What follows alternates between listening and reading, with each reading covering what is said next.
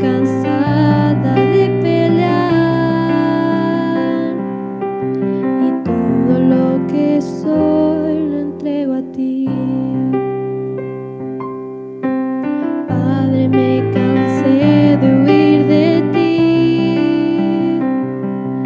Mis defensas tú rompiste con tu amor. Tú me has lavado nuevas olas.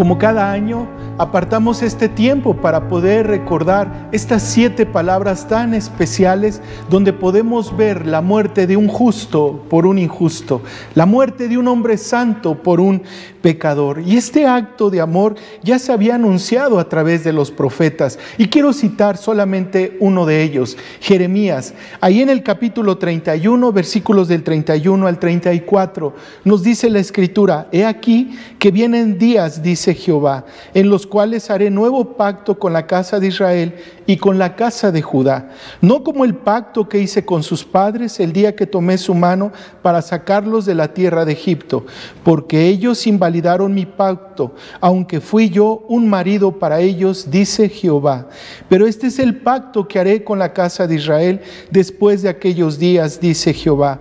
Daré mi ley en su mente y la escribiré en su corazón, y yo seré a ellos por Dios y ellos me serán por pueblo, y no enseñará más ninguno a su prójimo, ni ninguno a su hermano, diciendo: conoce a Jehová, porque todos me conocerán, desde el más pequeño de ellos hasta el más grande, dice Jehová, porque perdonaré la maldad de ellos y no me acordaré más de su pecado. Dios desea vivir en nosotros, Dios desea vivir en mí. Por eso resaltemos 4 promesas que hace nuestro Dios a través de su siervo. La primera se refiere a la santificación: daré mi ley en su mente y escribiré en su corazón. La segunda, la reconciliación: lo que perdimos con Adán, ahora lo vamos a obtener por medio de Jesucristo. Yo seré por ellos por Dios y ellos me serán por pueblo. La tercera promesa es la misión, la razón de ser de este sacrificio: porque todos me conocerán, desde el más pequeño de ellos hasta el más grande. Y por último vemos la justificación: el Señor perdonando la maldad de nosotros, la maldad de su pueblo. Este pueblo pudo experimentar y escuchar esta promesa, pero hoy tenemos buenas noticias. El pueblo de hoy, el pueblo que Dios ha rescatado, el pueblo que Dios ha salvado, ahora puede vivir estas 4 promesas de parte de nuestro Dios: santificación, reconciliación, misión y justificación. Este pacto de Dios se cumple ahora en su Hijo Jesucristo, y el Hijo cumplió cabalmente en la cruz del Calvario. Ahora escuchemos estas hermosas palabras en la cruz en voz de sus siervos, que son palabras de victoria, de bendición y de salvación.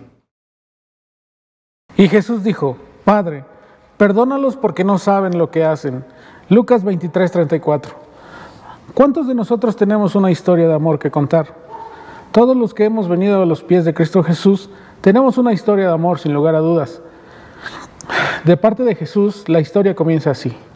Jesús, intercediendo en la cruz en el punto más intenso de una calurosa tarde, siendo calumniado por los autores de su sacrificio, demostrando amor a sus verdugos.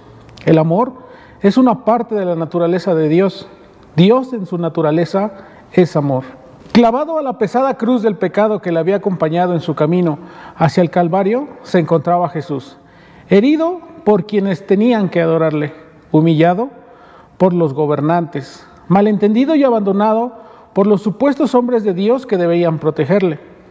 Para colmo, había sido dejado solo por sus discípulos, que, como ovejas sin pastor, temerosos, huyeron, se dispersaron y se escondieron, y peor aún, le negaron. Pero Jesús, aún en medio de estas condiciones, no renegaba ni olvidaba lo encomendado al Padre, a lo que el Padre lo envió, a buscar y a salvar lo que se había perdido. El ser humano por naturaleza es evasor del peligro y del dolor. La compasión no solo es una respuesta natural del ser humano.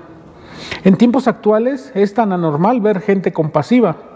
Todos sabemos lo que significa, pero casi nadie la practicamos. Y precisamente lo que significa compasión en el mundo, que se asocia a un sentimiento pasivo, un sentimiento de lástima o un sentimiento de pena ante la desgracia que nos produce el dolor de otro. En Cristo Jesús, la compasión tiene otro significado. Seamos compasivos como el Padre es compasivo, dice Lucas 6:36. Los evangelios lo revelan una y otra vez, que la compasión fue el motor del ministerio de Jesús aquí en la tierra. En la cruz, Jesús, estando sufriendo graves heridas por la laceración que seguramente dejaban al descubierto su piel, sumado a esto el gran calor que se presentaba en aquel día y el polvo que generaba un ambiente y un dolor más intenso, también lo recordamos por la corona de espinas que provocaba un dolor muy, muy profundo. Aún a pesar de todo eso, Él mostraba amor. El vestirse de humanidad y morir en la cruz no representa una momentánea interrupción de su existencia divina. Más bien, en el Cristo vaciado de privilegios y humillado, nos encontramos cara a cara con lo que realmente Dios es. El camino recorrido revela en toda su intensidad el precio que Dios pagó por nosotros. Padre, es una palabra de apelación. ¿Cómo pedimos las cosas como hijos cuando necesitamos algo de papá o de mamá?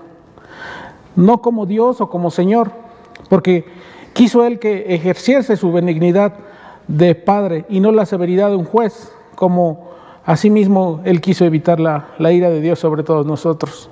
Usa el tierno nombre de Padre. La palabra Padre parece contener en sí mismo este significado. Yo, Jesús, tu Hijo, en medio de todos estos tormentos, en medio de esta situación, los he perdonado. Haz tú lo mismo, Padre. Extiende tu perdón hacia todos nosotros, aunque no lo merecemos. Perdónalos por mí, Jesús, que soy tu Hijo. Acuérdate que tú eres nuestro Padre, pues los has creado, haciéndolos a tu imagen y a tu semejanza. Muéstrales, por tanto, un amor de Padre, pues aunque son malos, son sin embargo hijos tuyos. Perdónalos, una palabra de intercesión. Esta es una oración de suprema bondad, de amor, de gracia, de perdón y de misericordia infinita de Jesús para todos nosotros. Jesús mismo nos enseña el perdón aún en las circunstancias más difíciles que podamos enfrentar, que en nuestro caso no será de una cruz física, pero sí será en el diario vivir, en la enfermedad, en la falta de economía, cuando las cosas se tornan difíciles. Aún en la misma muerte Dios nos dice: ama y perdona. El perdón es la esencia del amor. La misericordia de Cristo está más cercana a aquellos que no lo hubieran reconocido. Sin lugar a duda, la muerte de un inocente reclama justicia, cosa que no se niega en las palabras de Cristo. El perdón ha brotado de la perfección de su caridad y se ha mostrado deseoso de apartarse de los resentimientos. El perdón es el néctar de la esencia del amor de Cristo. La misericordia de Cristo está más cercana a aquellos que no lo hubieran reconocido. Sin duda, la muerte de un inocente reclama justicia, cosa que no se niega en las palabras de Cristo. El perdón ha brotado de la perfección de su caridad y se ha mostrado deseoso de apartarse del resentimiento contra los verdugos de Cristo. Es por eso que Jesús los libera de sus pecados para que puedan reconocerle como su Señor y Salvador. Jesús, a través del perdón, ofrece salvación, no solo para los verdugos en aquel día en la cruz, sino hoy en día para ti y para mí. Y por último, concluye la frase: no saben lo que hacen.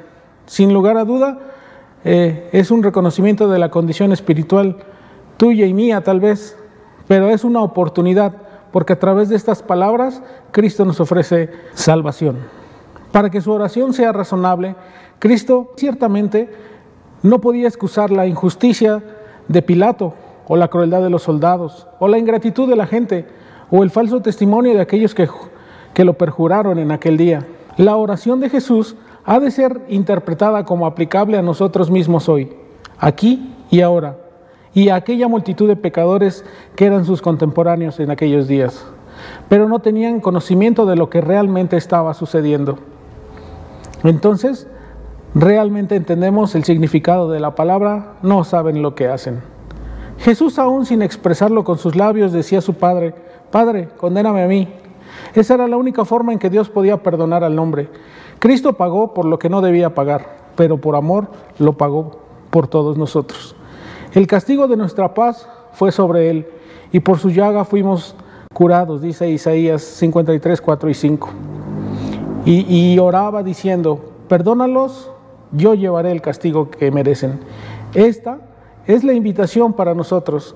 Cristo hoy intercede al Padre por nosotros y nos ofrece el perdón que nuestra alma necesita. Acepta la gracia y el perdón que Él hoy nos ofrece. Sin duda, el perdón de Dios es a través del arrepentimiento. Jesús se dio por amor para perdón nuestro. Amado oyente, tomemos la invitación que Dios nos ofrece a través de Jesús.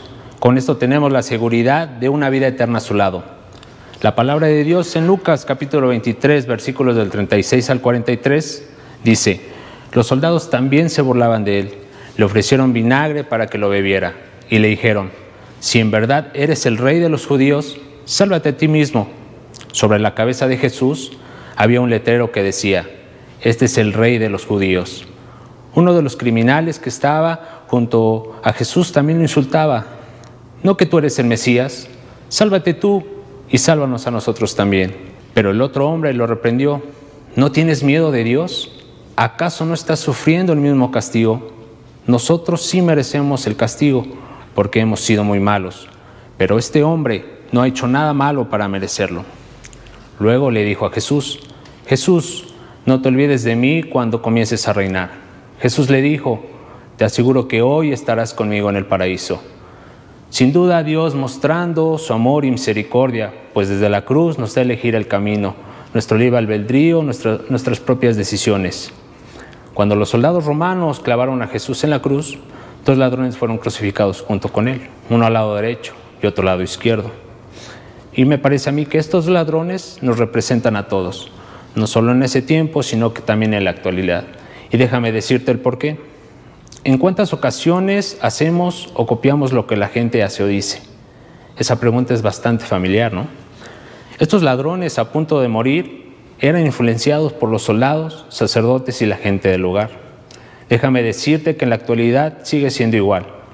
Nos dejamos influenciar por lo que vemos, por lo que oímos, por las modas o la corriente del momento. Esas distracciones nos alejan de Dios. En el versículo 39 leemos que uno de los ladrones era influenciado por lo que oía. En los versículos 36 y 37 nos dice que los soldados le decían a Jesús que si era el rey, se salvara a sí mismo. Hoy en día, ¿cuántas veces escuchamos que todos los caminos nos llevan a Dios? Que si pertenecemos a esta religión, que si hacemos buenas obras, o si veneras a una imagen o escultura, e incluso si eres buena persona, te llevan a estar en la presencia de Dios. Y la palabra de Dios nos enseña todo lo contrario a eso. Tal vez en este momento nuestra condición física no es como la de los ladrones, no estamos en una cruz. Incluso no tengamos la necesidad de nada, pero espiritualmente sí estamos como aquellos ladrones. Tal vez estás confundido, sin esperanza, y te pregunto, si hoy supieras que es tu último día de vida, ¿de qué lado te gustaría estar? ¿Del lado del ladrón convertido o del lado del ladrón incrédulo? Y la palabra de Dios nos dice: hoy estarás conmigo en el paraíso. Es la seguridad y la promesa que Cristo le dio al hombre que experimentó aquel cambio de corazón, esa conversión en el último momento de su vida. Déjame decirte que la promesa entregada por Jesús al ladrón no solo fue para él, sino para todo aquel que esté dispuesto a arrepentirse y crea de corazón. Amado oyente, hoy es el día de vivir y recibir esa promesa como aquel ladrón moribundo. Seamos limpios a través de la sangre de Jesús. Seamos convertidos por la gracia de Dios y nunca más volvamos a nuestros pecados. Solo a uno de los ladrones se le dio la promesa de estar en el paraíso inmediato con Jesús. Solo a uno de los ladrones se le dio la victoria a través de Jesús. La salvación es a través de la fe. La fe es por el oír y el oír es por la palabra de Dios. Romanos 10:17. Es reconocer mi condición de pecador. No es el agua lo que salva, no es la religión, no son las buenas obras, sino la fe puesta en Jesús. La palabra de Dios en Juan 14:6 dice: Jesús le dijo: yo soy el camino y la verdad y la vida. Nadie viene al Padre sino por mí. Vemos a un Jesús en sus últimos momentos ahí en la cruz también, salvando y dando redención a un pecador, a un ladrón. Pero también me llama mucho la atención la fe del ladrón, de poder ser perdonado, de poder arrepentirse hasta ese momento.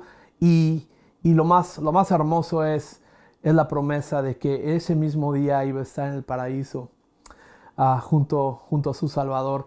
Pero también la siguiente palabra que salió de la boca de Jesús fue una palabra de responsabilidad y privilegio para un hijo y una madre en específico.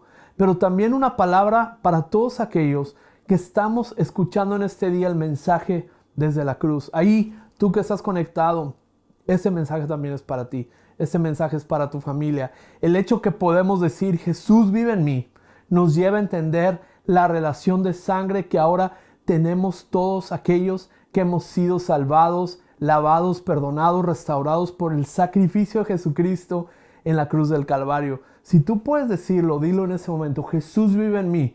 No te escucho. Jesús vive en mí. Repítelo ahí varias veces. Podemos imaginar la escena. Jesús estaba en la cruz después de un proceso, puedo decir, difícil, un proceso cruel, un proceso violento que comprometía su estado de ánimo, su estado físico, pero aún así, el Rey de Reyes estaba al pendiente de los que amaba. Estaba pendiente de poder dejar a su madre en buenas manos. Ahí al pie de la cruz estaba su madre María y su discípulo, al que se autonombraba el discípulo amado, Juan.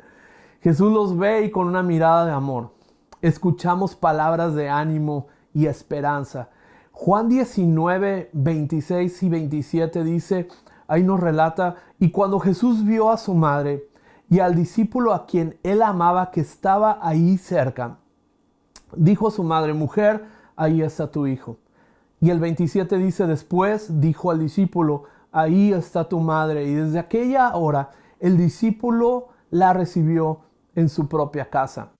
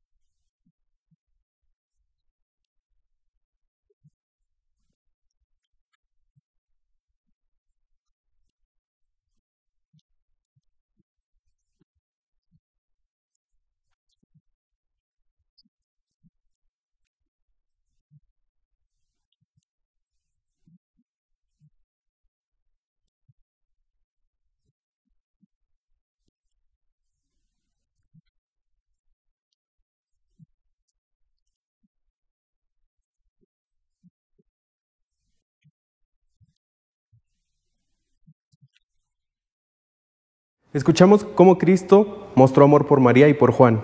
Ahora veamos a Cristo mostrando ese amor que necesitamos y que nunca falla por cada uno de nosotros. Acompáñenme a leer en Mateo 27:46.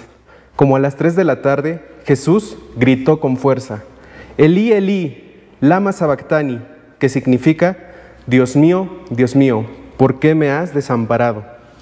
¿Qué hace Cristo en la cruz? Cristo está cumpliendo lo establecido por Dios en Levítico 16. Este sacrificio implicaba tomar 2 machos cabríos que eran prácticamente iguales y sin mancha. Sobre estos se echaban suertes y uno era destinado para propiciación y otro para expiación. Eso es lo que está haciendo Cristo en este momento. Él es propicio por nosotros, es decir, está cubriendo la deuda de nuestros pecados. Dice Romanos 6:23, porque la paga del pecado es muerte. Y ahí está Cristo entregando su vida por nosotros. Asimismo, hace la expiación, es decir, nos reconcilia con Dios al cargar nuestro pecado. En Levítico 16 se nos explica que el sacerdote ponía sus manos sobre uno de los machos cabríos y transfería el pecado de todo el pueblo sobre él y era enviado al desierto. Acompáñenme a leer 2 Corintios 5:21. Dios tomó a Cristo, que no tenía pecado, y puso sobre él nuestros pecados para declararnos justos por medio de Cristo. Hermanos, tenemos que ser conscientes de cuán serio es nuestro pecado. No hay un pecado chico o grande. No soy yo más pecador o menos pecador que alguien más. Cuando pecamos es contra Dios. No honramos su gloria, no reverenciamos su santidad, no admiramos su grandeza, dejamos a un lado su poder, no buscamos su verdad, no confiamos en la fidelidad que Él ha tenido hacia nosotros, desobedecemos su palabra, no tememos su ira, no valoramos su gracia y mucho menos le amamos.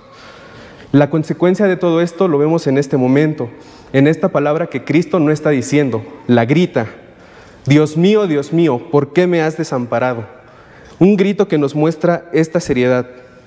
El Padre no puede ver a su Hijo. La presencia que era su hogar se aparta de Él. Lo vemos reflejado en las tinieblas que habían en ese momento. Cristo está cargando nuestro pecado para cumplir lo que nosotros ni aun con nuestras mejores obras podríamos hacer.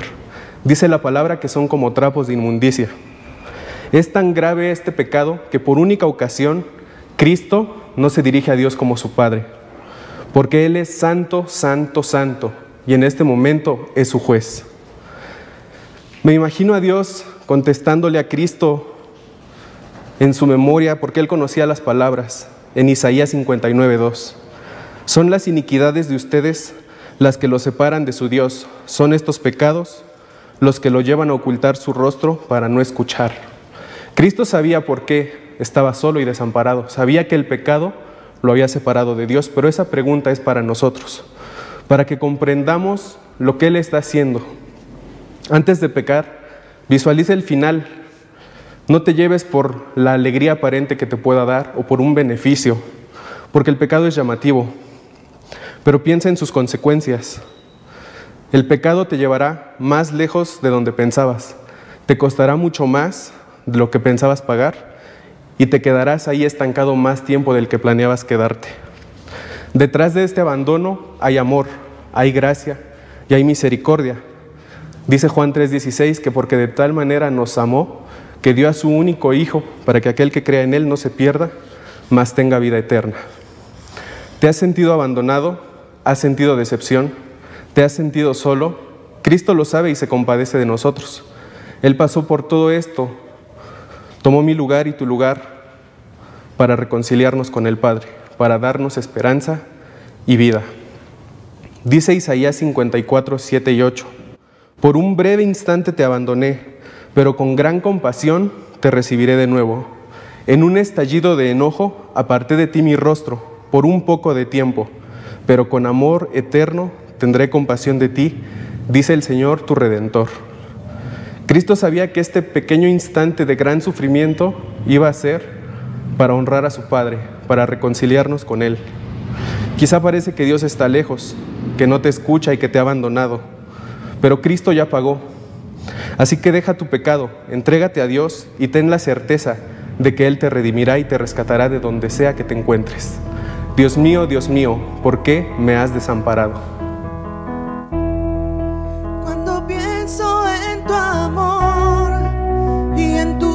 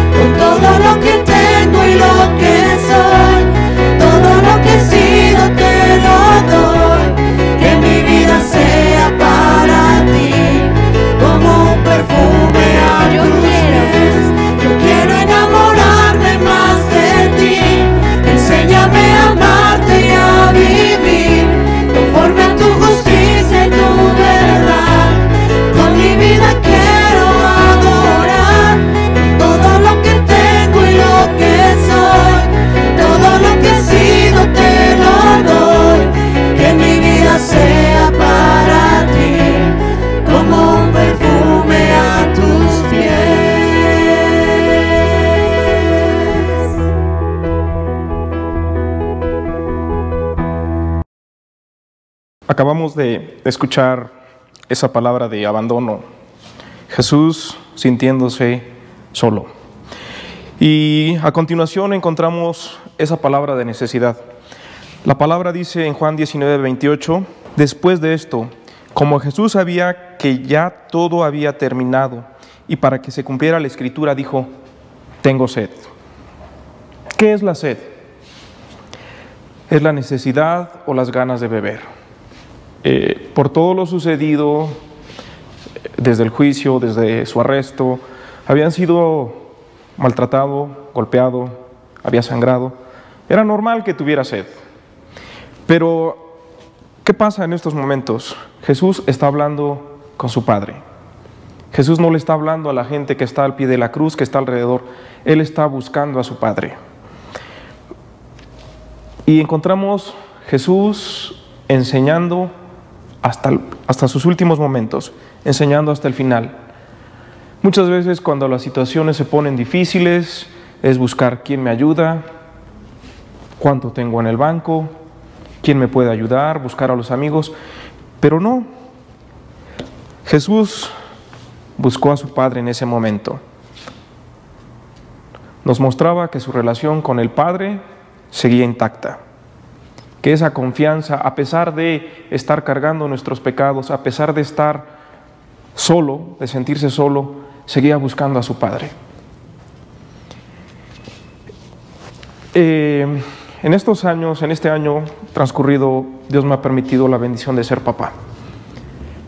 Tener una hija que depende al 100% de sus papás, que cualquier necesidad que ella tiene la va a expresar de alguna manera.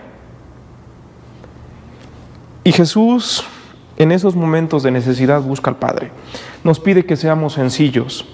En Mateo 18:3 dice, si no se vuelven a Dios arrepentidos de sus pecados y con sencillez de niños, no podrán entrar en el reino de los cielos. Tengo sed. Es algo tan simple, pero a la vez que requiere atención inmediata, porque si no se atiende, puede desencadenar graves consecuencias. Tengo sed, es algo bien sencillo. Y Jesús nos enseña que tengamos esa sencillez también como niños. Un niño cuando tiene hambre te lo va a decir, cuando tiene sed te lo va a decir. Y es entender que el Padre siempre está atento a escucharnos. Hay otra cita en Mateo 7:11 que dice, pues ustedes que son malos saben dar buenas cosas a sus hijos, cuánto más su Padre que está en los cielos dará buenas cosas a los que se lo pidan. Nuestro Padre siempre va a estar atento a nuestras necesidades. Es poder tener esa confianza con Él, esa sencillez de niños, de buscarle en todo momento. Cuando crecemos, cuando nos volvemos adultos, a veces pensamos que todo lo podemos, que soy fuerte, tengo posesiones, tengo dinero, y nos olvidamos de esas cosas. Sentimos que no necesitamos a Dios. Pero cuando vienen los momentos difíciles es, ¿a quién buscas? Y Jesús nos enseña a buscar al Padre en todas las situaciones, en todos los momentos. Tengo sed, algo tan simple, pero Él espera que lo busquemos en todo momento. Dios quiere que tengamos confianza en la situación, aún en las situaciones que puedan parecer minúsculas. A veces pensamos que es algo pequeño, que es algo insignificante. ¿Cómo voy a molestar a Dios con eso? Dios es un Padre amoroso que está ahí dispuesto a escucharte. Como mencionaba en el versículo anterior, ¿cuánto más su Padre que está en los cielos dará buenas cosas a los que se las pidan? Es podernos acercar con confianza a nuestro Padre, dejando a un lado qué tan pequeño o qué tan grande puede ser nuestro problema. El Padre desea escucharnos. Nuestro Señor Jesucristo también tuvo necesidades como ser humano. Podemos ver en la palabra que acabamos de escuchar cómo nuestro Señor Jesucristo dijo, tengo sed, reconociendo el Hijo de Dios su naturaleza humana, su necesidad. Para esto, como seres humanos, nosotros necesitamos reconocer nuestras necesidades, Pero como seres humanos nos gana el orgullo, nos gana la soberbia y es muy difícil reconocer nuestras necesidades. Nuestro Señor Jesucristo reconoció su necesidad. Como niños tenemos que aprender a reconocer nuestras necesidades. Y así como en esta etapa el Señor Jesucristo reconoció su necesidad, podemos ver cómo se realizaron una serie de tareas que se fueron terminando, que se fueron culminando. El dashboard, un tablero de tareas, en donde cada una de estas tareas fue finalizada con un estatus de tarea terminada. Por eso el Señor Jesucristo, cuando podemos leer ahí en Juan, capítulo 19, versículo 30, dice de la siguiente manera: cuando Jesús hubo tomado el vinagre, dijo: consumado es, y habiendo inclinado la cabeza, entregó el Espíritu. El Señor Jesucristo, así como reconoció que tenía una necesidad, hubo varios sucesos y varias etapas en su vida que fueron culminando, que fueron cerrando eventos proféticos, profetizados en el Salmo 22, en el Salmo 69, y cerrando estas tareas, el Señor Jesucristo con toda seguridad podía decir: consumado es. La palabra en griego es tetelestai, que en sus tiempos se utilizaba por lo menos para 4 significados o usos diferentes.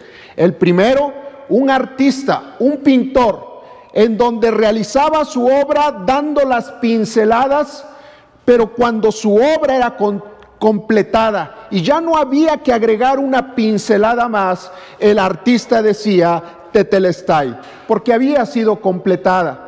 Pero también tenemos el momento en donde una persona deudora delante de su acreedor estipulaba el pago de esta deuda, y entonces el acreedor, dando fe de que aquella deuda había sido pagada, se decía tetelestai.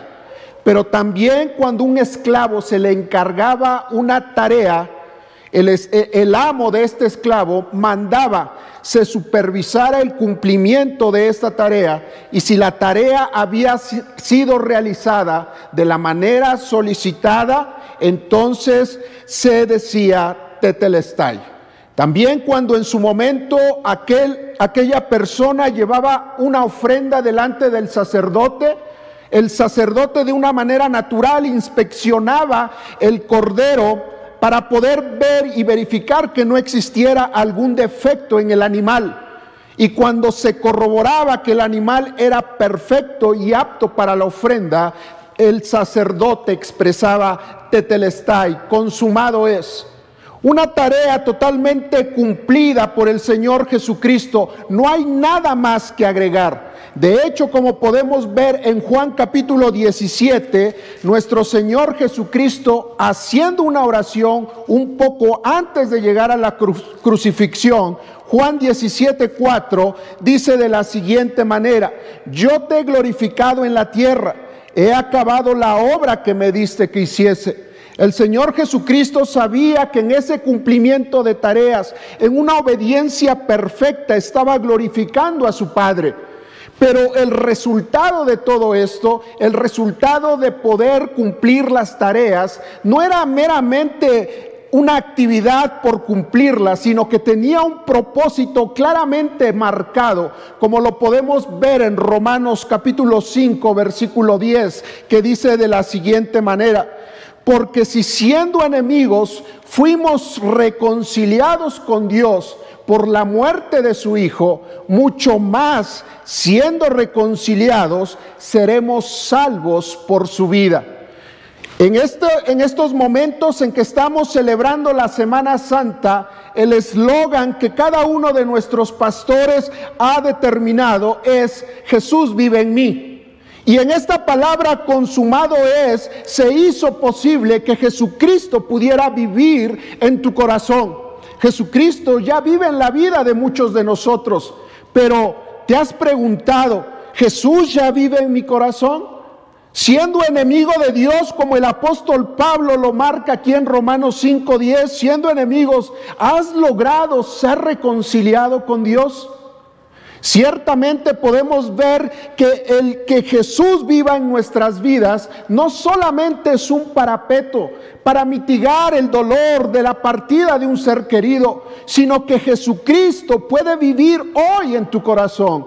Jesucristo puede, a través de una obra completada, puede hacer que Jesucristo mismo cohabite en ti. De hecho, el apóstol Juan en Apocalipsis capítulo 3 versículo 20 dice: he aquí, yo estoy a la puerta y llamo. Si alguno oye mi voz y abre la puerta, entraré a él y cenaré con él y él conmigo. Jesucristo está tocando tu corazón. Es momento de que tú abras la puerta de tu corazón y puedas decir: Jesús vive en mí, porque Jesucristo completó la obra y pudo decir: consumado es. Dios les bendiga.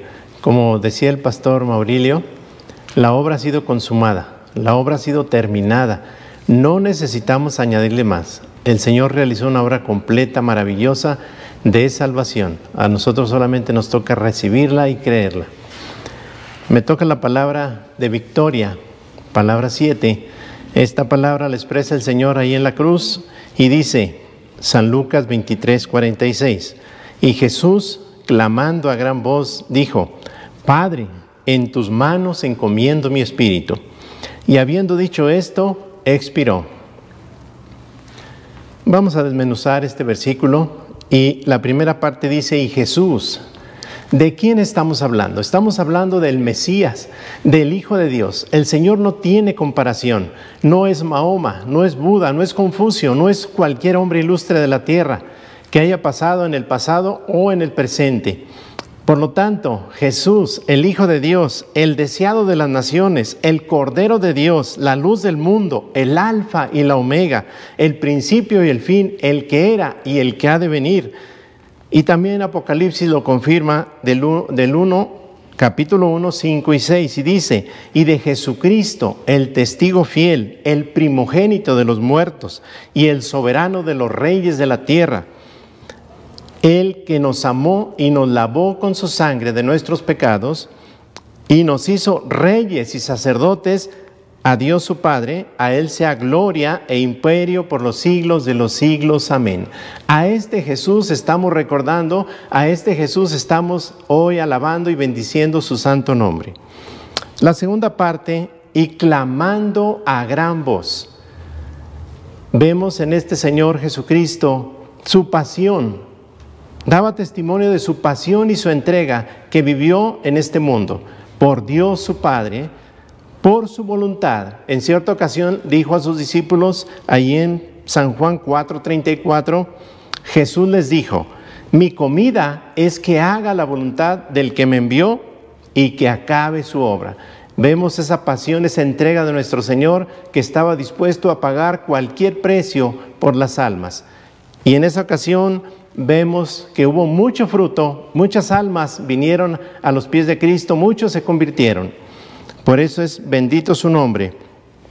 Su pasión por la humanidad que sería salva por su sacrificio. Ahí está en Juan, primera de Juan 2:25, y dice: y esta es la promesa que Él nos hizo, la vida eterna. Qué bendición, qué promesa, qué palabra para nosotros, la vida eterna, no la condenación, no la perdición eterna, no la destrucción, sino la vida eterna para todo aquel que la quiera recibir. Por su victoria sobre las tinieblas y el pecado.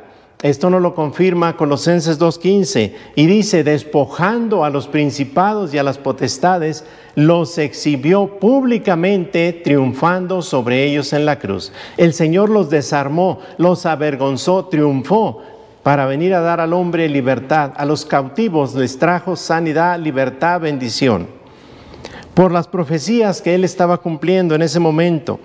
Que Dios también ponga en nosotros un clamor por las almas y por establecer su reino aquí en la tierra. Muy bien, continuamos. Vemos que Él pudo clamar al Padre y dice: en tus manos encomiendo mi espíritu. ¿Qué mejores manos que las manos del Padre Celestial? También nosotros podemos confiar y descansar en las manos del Padre, y cuando tenemos aflicción o pruebas podemos ir a las manos del Señor, a las manos del Padre Celestial y confiarle nuestra vida. Jesús sabía que al tercer día iba a resucitar. Jesús sabía que muchos creeríamos en Él y aprenderíamos a confiar, a descansar y a encomendar nuestras vidas en las manos del Padre Celestial. Como escribió Bossuet, lo más grande del mundo es Cristo. Lo más grande de Cristo es su pasión y muerte. Lo más grande de su pasión, su último suspiro, pues en Él se consumó la obra de la redención. Alabado sea el Señor. Jesucristo es el Salvador. Y en este momento el Señor estaba dando su último suspiro para traer a la humanidad una salvación completa, una bendición completa, para que todo aquel que venga a Él tenga vida eterna y no se pierda. Así es que a nosotros nos toca creer en Él, aceptarlo a Él, recibirlo a Él y seguirlo a Él. El que cree en mí, como dice la Escritura, de su interior correrán ríos de agua viva. El Señor vino para darnos una vida en abundancia, una vida en plenitud. Alabamos a Dios por su Hijo Jesucristo. Que Dios les bendiga. Hemos sido testigos de estas 7 palabras, pero también somos testigos de la muestra de amor más grande que este mundo puede recibir. La obra de Dios, el plan perfecto de nuestro Señor ha sido consumado. Jesús, su Hijo, el único, murió en la cruz. Tu Hijo, Señor, siendo fiel hasta la muerte, un acto de amor. Y por méritos de Él, ahora nosotros nos podemos llamar sus hijos. El apóstol Pablo lo dice atinadamente ahí en su primer carta, en el capítulo 1, versículo 30 de Corintios. Mas por Él estáis vosotros en Cristo Jesús, el cual nos ha sido hecho por Dios sabiduría, justificación, santificación y redención. Este hermoso regalo lo hemos recibido a través de su Hijo. Por su muerte, ahora nosotros somos sabios, justos, santos y redimidos. Un regalo que es invaluable, eterno y glorioso. Jesús vive ahora en nosotros, hermanos. Jesús vive en mí. ¿Puedes expresar esta palabra? Jesús vive en mí. Por eso hoy nos gozamos, celebramos y recordamos como iglesia este maravilloso evento. Pero también este mensaje es para ti, amigo, amiga, que no has encontrado el camino, que andas buscando en lugares y no has encontrado más que solo decepciones. Sin Jesús, la vida es vacía. Sin Jesús, la vida no tiene sentido. Por eso, si hoy escuchas esta voz, ven a la luz, ven a Él, no tardes. La puerta aún sigue abierta, aún hay esperanza, hay respuesta a tu necesidad, a mi necesidad. Y esa respuesta es Jesús de Nazaret. Aún hay lugar para ti.